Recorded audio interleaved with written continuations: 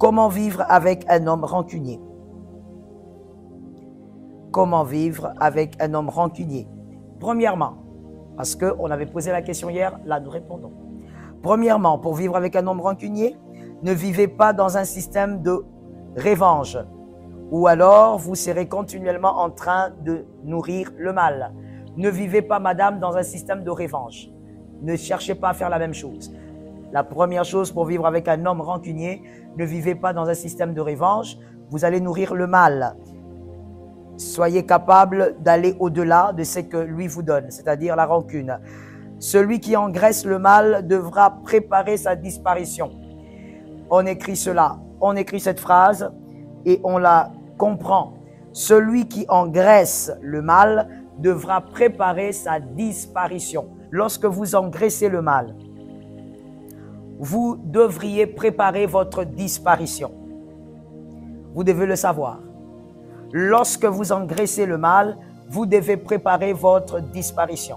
Lorsque vous engraissez le mal, vous devrez préparer votre disparition. Vous devez le savoir, vous devez le comprendre. Donc le mal ne s'engraisse pas. Même quand on est marié, on l'a dit hier, c'est très difficile d'accompagner un conjoint à la guérison, que ce soit spirituelle, que ce soit mentale, psychologique. C'est difficile parce que vous vivez au quotidien avec ce mal, au fait. Vous devez affronter ça tous les jours. On l'a expliqué hier. Mais c'est le prix à payer si vous aimez votre mari. C'est pourquoi on a dit « j'aime mon mari, mais il est rancunier ». Et donc, ne rendez pas le mal pour le mal. N'entrez pas dans ce système de vengeance pour dire « ok, toi tu es rancunier, ben, on va jouer à ça parce que je sais aussi y jouer ». Eh ben, vous engraissez le mal. Attendez-vous à la disparition soit de votre mariage, soit à la disparition de votre mari ou à même votre propre disparition. Vous ne serez plus la même personne, vous allez vous monstrifier parce que vous voulez absolument rendre à votre mari ce qu'il vous donne. Deuxièmement, pour vivre avec un homme rancunier, priez pour votre cœur, madame. Priez d'abord pour votre cœur, avant même de prier pour lui. Pourquoi? Parce que plus un homme est rancunier, ça peut facilement créer des frustrations qui mènent aux blessures de l'âme. Une femme qui a des blessures de l'âme est très difficilement disposée à faire du bien, ou même à aimer son mari comme il le faut, ou encore à être soumise. C'est très difficile. Et donc, priez pour votre cœur et en cultivant un esprit de pardon. Vous voyez, il faut cultiver un esprit de pardon et c'est pas évident. Parce que de l'autre côté, vous avez un homme rancunier qui ne vous donne pas le pardon, qui ne vous l'accorde pas. Et donc, pour cultiver cet esprit de pardon, c'est difficile. Voilà pourquoi on dit priez pour votre cœur. Il n'y a que le Seigneur qui peut vous aider à faire ça. Sincèrement, il n'y a que le Seigneur. Ce ne sont pas les conseils qui vont vous aider à faire ça. C'est pas possible. Il n'y a pas de main d'homme qui puisse vous aider à faire ça. Peu importe le type d'amour que vous pouvez avoir pour votre mari, vous avez vraiment besoin du surnaturel. Il faut prier pour votre cœur, que le Dieu des miracles, des mystères, touche votre cœur et que vous soyez capable de cultiver le pardon, alors que de l'autre côté, on ne vous l'accorde pas. Troisièmement, faites-vous aider par une personne pour qui votre mari a un grand respect.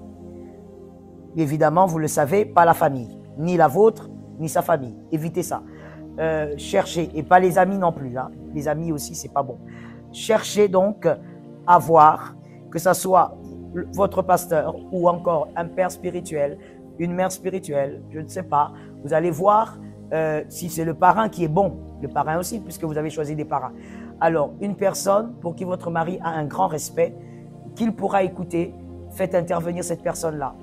Je l'avais dit hier, ou je crois, ou avant-hier, je vous exhorte, s'il vous plaît, surtout vous les hommes qui pensez que l'on peut résoudre tous les problèmes de son couple seul et que c'est pas bien qu'on entende mes affaires, c'est pas bien, moi je n'aime pas qu'on distille.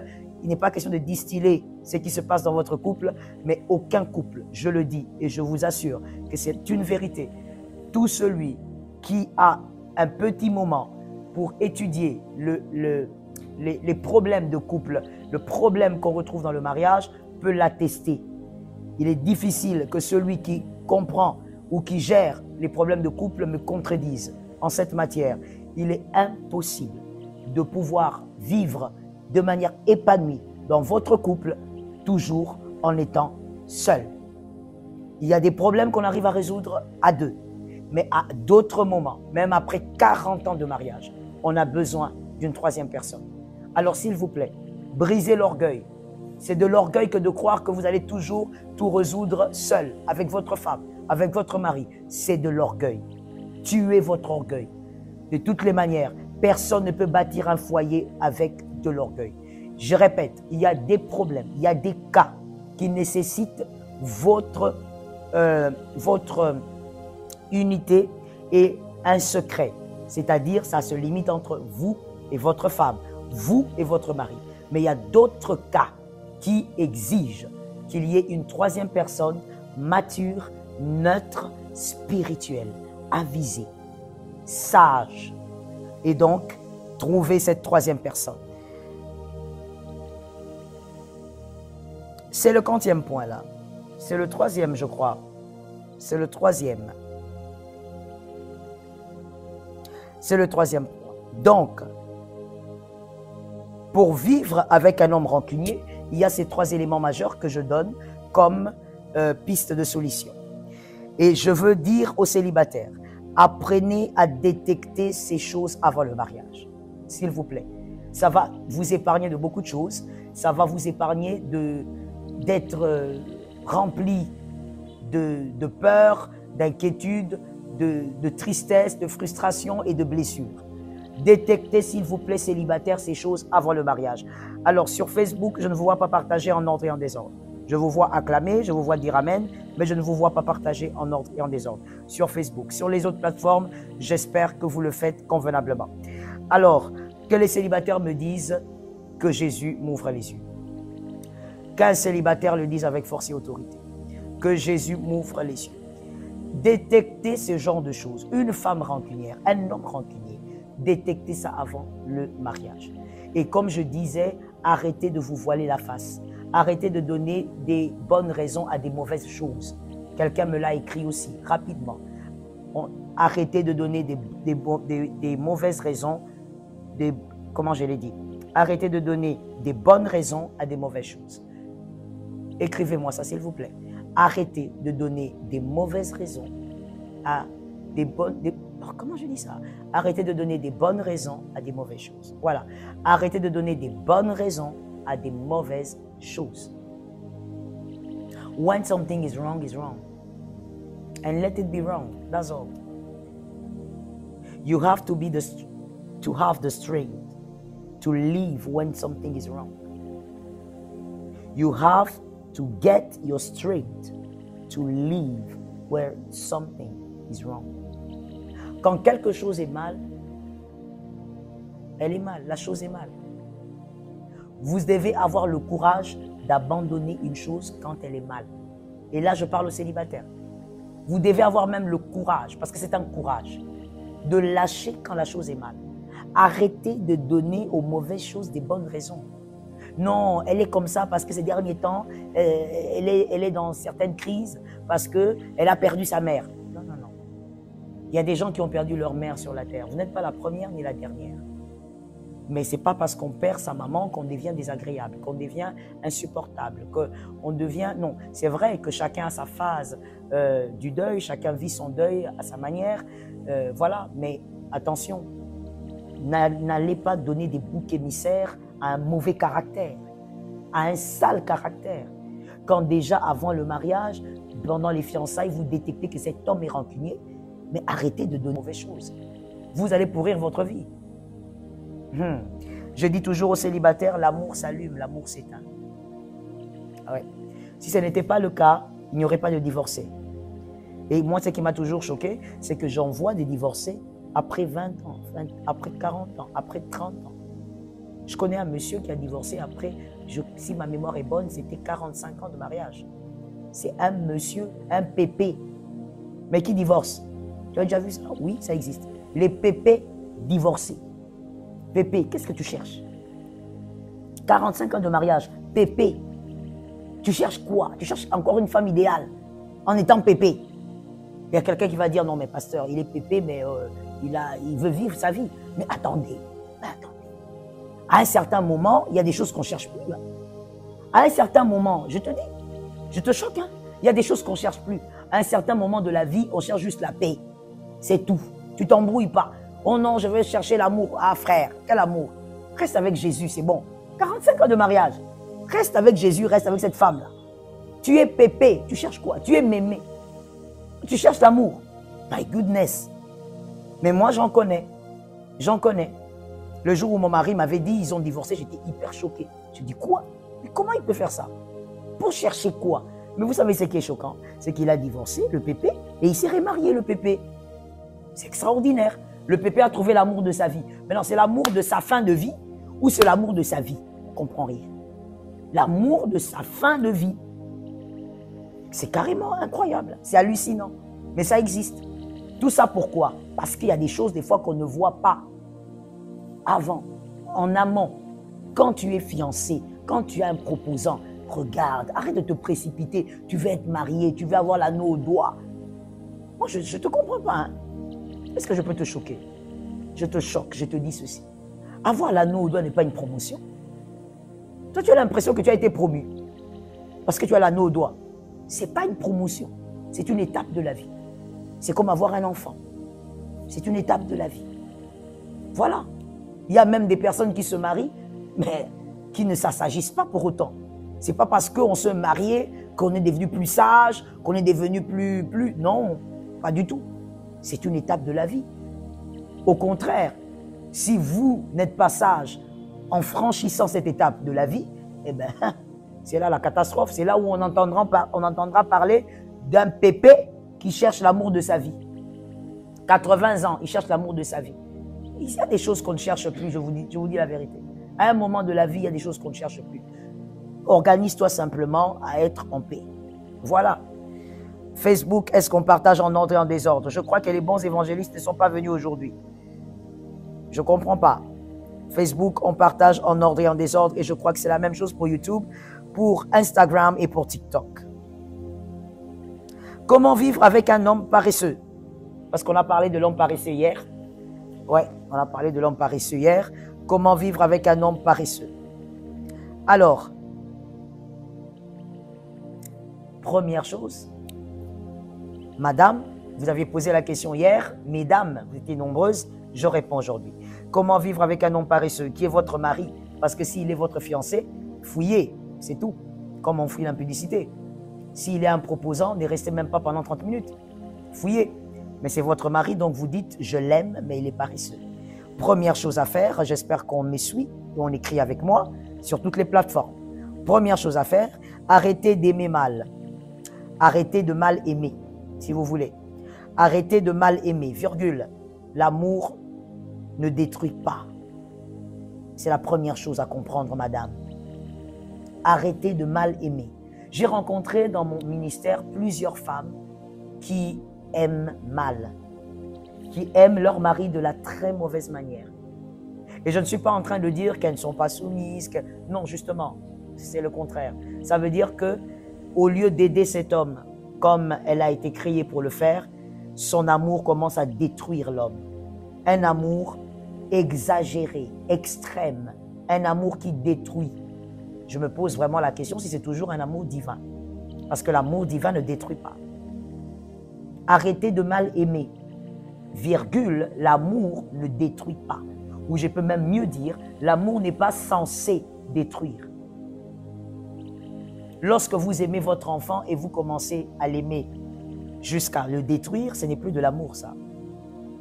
Madame, on commence par là pour vivre avec un homme paresseux. Arrêtez de mal l'aimer.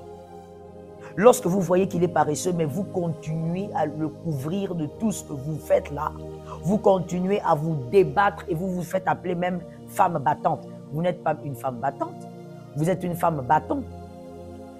Vous n'êtes pas battante. Vous savez pourquoi bâton? Le bâton. Vous savez pourquoi? Parce que vous êtes en train de flageller la destinée de cet homme paresseux. Vous détruisez la destinée de cet homme paresseux. Votre amour ressemble à un bâton. Et stick, right? Et stick. Un bâton qui flagelle la destinée de cet homme. Vous croyez l'aimer, mais vous êtes en train de flageller sa destinée. Vous n'êtes pas une femme battante, madame. Commencez par bien l'aimer. Arrêtez de mal l'aimer. Et bien l'aimer, c'est-à-dire n'est pas encourager sa paresse. Tout ce qui encourage sa paresse, vous devez arrêter. Oui, c'est comme ça, c'est le prix à payer. Tout ce qui favorise sa paresse, vous devez couper le pont. On y va. Deuxièmement, vivre avec un mari paresseux.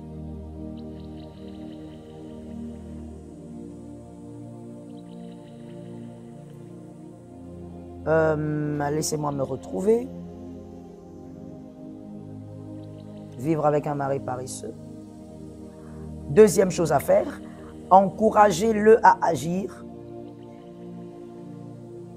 Encouragez-le à agir et à faire quelque chose. Par exemple, tu ne travailles pas. Aujourd'hui, tu pourras m'aider à aller chercher les enfants à l'école. Va déposer les enfants à l'école. Par exemple, encouragez votre mari à faire quelque chose. Tu peux tondre la pelouse aujourd'hui, puisqu'il ne travaille pas. Tu peux tondre la pelouse, tu peux arroser les plantes, encouragez votre mari à faire quelque chose. Mais quand vous encouragez et que ce mari refuse de faire même ce que vous proposez, alors vous êtes avec un paresseux aigu. Il a atteint un niveau élevé, la paresse.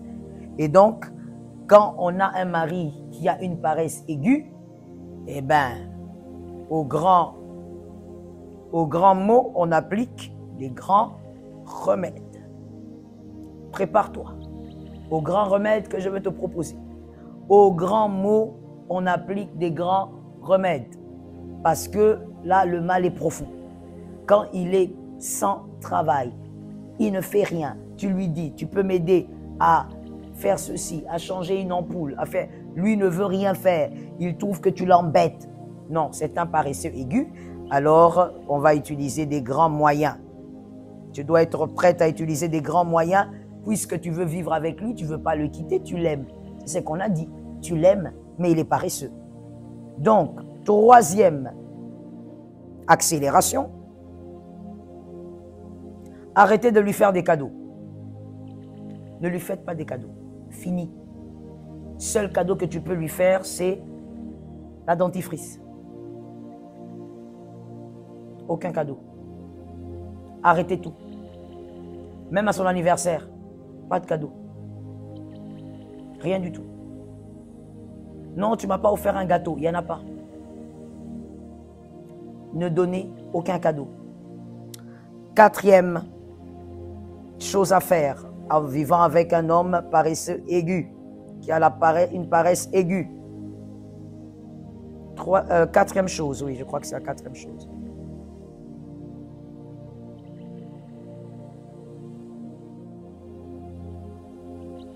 J'essaye de me retrouver. Arrêtez de lui montrer l'entièreté de votre salaire. Arrêtez avec ça. Quand vous le faites, vous êtes en train de le détruire. Quand vous lui amenez votre salaire, vous déposez sur la table, il a l'impression qu'il a travaillé et que c'est son salaire à lui. Alors que ce n'est pas son salaire. Il a l'impression que oui, il a été rémunéré. Arrêtez ça.